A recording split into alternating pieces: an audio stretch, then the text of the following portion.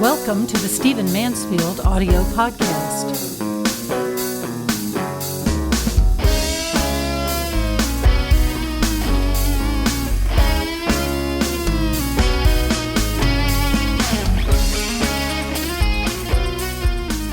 If you know me at all, if you're following anything that I do, then you know that I care deeply about men in our generation. And I do a lot of speaking. I've launched a movement. I've written books. I've appeared on television. I've launched a website. I'm doing everything I know to do to answer the call of men, and I plan to do more. I want to tell you before I go any further and describe what I'm about to do that you're going to hear background noise during this podcast, and somehow it seems poetic justice to me. I'm in our Nashville offices, the Mansfield Group's Nashville offices, and they're tearing down a building right next door, a building that's been there for many decades.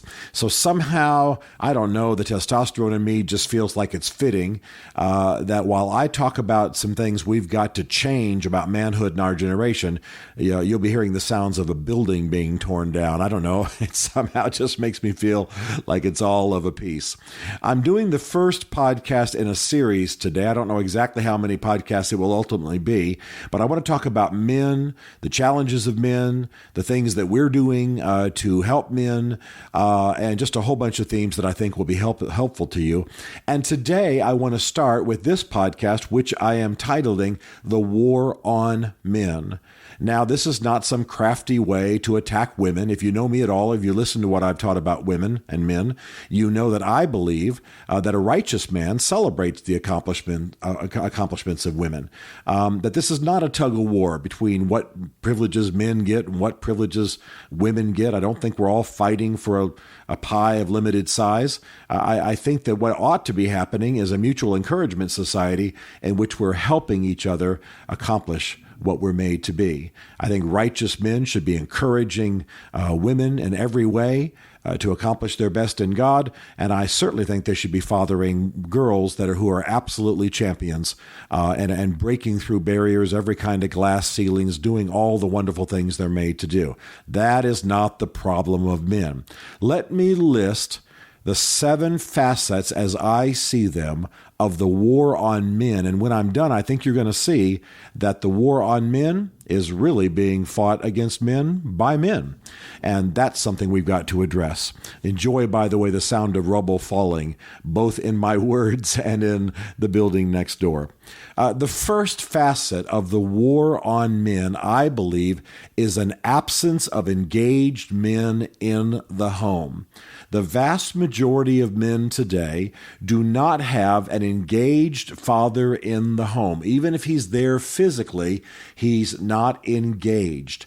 And if we add the word righteous father, very, very few men have as fathers present in the home men who are living out a righteous code, men who are teaching what righteous manhood is, men who are living a moral code, a spiritual code, as I say in my book, Living for the Glory of God.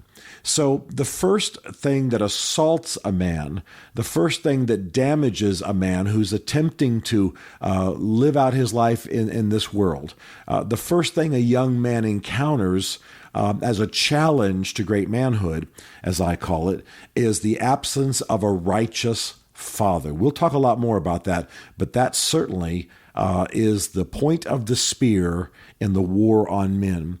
But number 2, in the absence of that righteous fathering, media and culture and their messages, the messages that come from television, movies, all of the great stream of values and visions and images that flood a man's life, they teach him to become his biology.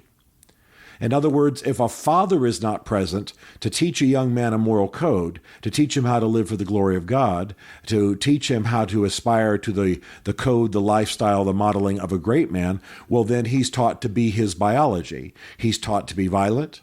He's taught to think with his male parts. Yes, I'm talking about his penis. He's taught to live out the drives, the urges, the capabilities, the capacity of his biology.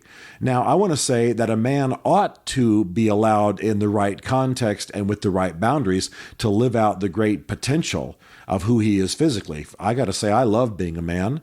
I love every aspect of it, from the sex to the controlled violence of sports, to the rowdiness, to the challenge of climbing up a mountain or making a historic walk or playing an aggressive racquetball game. All of that's part of it. But without a moral code, without an ethical code, without a righteous vision for manhood, a man being his biology is what leads to the rapes that we see skyrocketing on campus. It's what leads to the violence that we see increasingly in gangs. It's what leads to the stupid kind of racism that we saw recently at OU, unfathered, untethered young men turning on African Americans and saying racist stuff that was more akin to the KKK a generation or two ago than ever ought to appear on a college campus. Well, number 3 is that once this process kicks in, no righteous fathering, a boy getting the idea that he ought to be his biology, what starts to happen then is, again, my third point, is that boyhood is perceived by society as a dangerous disease. I have many times pointed to the March 2014 edition of Esquire magazine, in which an article was done by a leading psychiatrist on the war on boys. And he makes a point that many, many other experts are making, and that is that because our society doesn't understand boys, because boys are different from girls, because boys develop differently, think differently, are more energetic and so on, they are trouble in a society that wants everybody to goose step exactly the same way. Well, then what we're doing is we're drugging boys. Now, don't mistake what I'm saying. I'm not some evangelical Christian who doesn't think we ought to use medicine. If you need medicine to correct a chemical imbalance in your life or in the life of your child, and a number of doctors concur, great. But make sure that you're not just drugging normal boyhood to keep it from being an irritant. It's actually one of the great gifts that we have. And this is one of the issues that is most misunderstood in our society, because boys develop differently from girls. I don't just mean physically. I mean, boys can be as much as 7 years behind a girl academically and be completely normal. They learn differently. They need a lot of physical activity connected to their learning. They learn more from pictures and more from doing than they do from abstract thought. All of this is normal, and it's true of genius men as well as average men. Our educators don't tend to understand it. Our psychiatrists tend to feed into that. And so many psychiatrists now are beginning to make the point that we're actually drugging normal boys because they're living out normal boyhood like we would drug, with a tranquilizer dart, some wild animal. It's got to stop. Then, of course, because nobody understands this, number 4, boyhood is seen as mental retardation. So boys are failing more in schools than ever before. They are put in remedial education programs and special education programs more than ever before. They are dropping out of school at higher rates than ever before. They have lower math and reading rates than at any time in the last 50 years. Boys are being increasingly seen as a set who are beset with mental retardation. And it all really has to do with ignorance of these developmental issues about how boys learn and how they develop and how we can best draw them to their best. And I'll tell you what, a lot of the reason for that is because there are few righteous men articulating the boys, articulating natural boyhood, and somehow making a case for boys. Part of the role of a man is to make a case for boyhood and explain it so the world doesn't freak out when a boy acts like a boy. Well, the 5th thing that's going on in our generation, the 5th part of the war on boys, is what I call the guerrilla theory of men. And I've described this before, so I'll do it briefly now. It's basically the theory that we needed men when it was time to tame the frontiers and build the communities and build the cities and tote the barge and lift the bale. But that when an information society arose, a computer age, a social media digital society, men weren't equal to it. They didn't have the aptitude. They didn't have the emotional sensibilities. And so I use the phrase, especially when I speak on campus, the gorilla theory of men, the idea that men now, having been only good for their muscle in the past, now are like gorillas sitting in a corner scratching themselves and eating a banana, but not any good to our society. Of course, this is crazy. The dysfunctions of men are a function of some of the things I've already described and will describe, but men are no less capable of living in a digital, informational age. There are other kinds of dysfunctions that are working against them, not the least of which is them believing the lie that of this gorilla theory of men. So that's something that's got to be dealt with as well.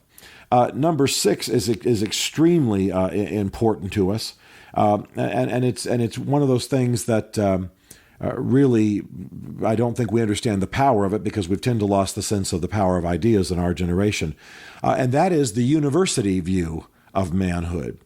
The average university today teaches in a number of its courses a view of manhood which is that men have been the evil aggressors in history. They ought to feel shame and uncertainty about that now, that their manhood is itself an enemy to society, and of course that they should bow out, so to speak, and let women take the lead. There really could not be a more ignorant kind of view to teach. First of all, it's not rooted in history. Men were not only aggressors in history. They did not only do damage. Their manhood was a benefit to society and the progress of the world far more than the opposite. Second of all, great womanhood requires the protections and support of great manhood, and that's taking nothing away from women. Again, this is not a zero-sum game. This is a partnership. And men need to be men so that women can be women, and inverse, women need to be women so that men can be men. And the idea that one has to feel ashamed taking on all of the sins of history and live in some kind of uncertainty and diminished status is just silly. We need great men today. We need for men to be real men. And I got to tell you, the thing that scares me the most is the idea of a father sending his daughter to a college where 10,000 young, strong males believe they ought to be their biology. That's about the most dangerous place you can send a young woman unless you have righteous men, unless you have a code, unless you have young men who are ennobled by their knowledge of the past and who allow it to send them with character and ethics and a righteous vision into the future being great men. In other words, we're raising barbarians by making them feel guilty on the one hand, ashamed, and then also teaching them to live out their biology without any sense of ethics or morality. So this university shame and pity, guilt and pity view of manhood is doing a great deal of damage. And then finally, number 7, the great problem is that the average young man today does not have any accessible, noble male culture. This is what I'm shooting for in the movement that I'm helping to generate, and that is that we are building bands of brothers, we are building networks in which men are men, in which they serve their communities, in which they protect and ennoble and love and their wives and the women and raise up great girls, but they also provide a tight culture of men into which we can initiate boys and make them into men, build them into men, make them noble, teach them a noble vision, defend them, and even get them out in the wild and teach them the skills they need to have. And teach a boy it's not the end of the world if a nose gets broken in a boxing match or whatever needs to happen. But the bottom line is the average young male does not know where to go to become involved in a culture of righteous men living out full manhood. Used to be things like Boy Scouts, the military, etc. You found some of it. It's much harder to find now, particularly in some of the helping agencies in our society, like the church.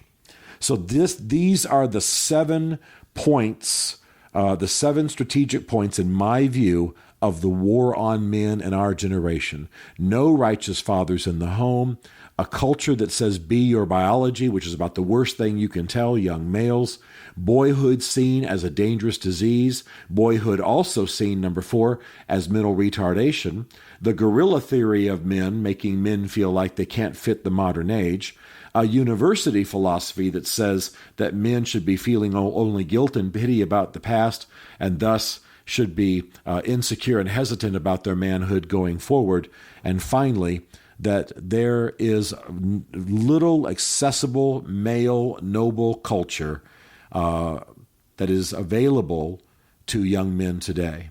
Now, I'm not just going to leave us negative. I'm going to stop this podcast now. But in the podcasts that are coming, I'm going to talk about everything from solutions to these things to the great men events that we're having.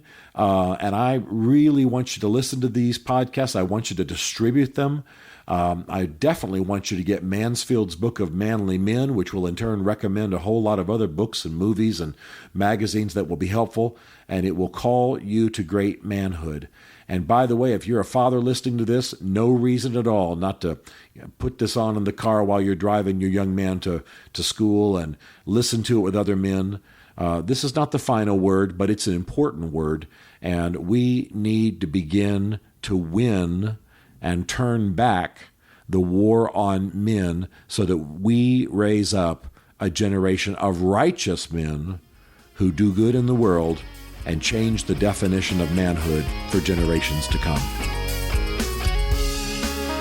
Stephen Mansfield is a New York Times best-selling author, a popular speaker, and a frequent faith and culture commentator on CNN, Fox, and the Huffington Post. His groundbreaking books on faith and society include The Faith of George W. Bush, The Search for God in Guinness, Mansfield's Book of Manly Men, and The Miracle of the Kurds.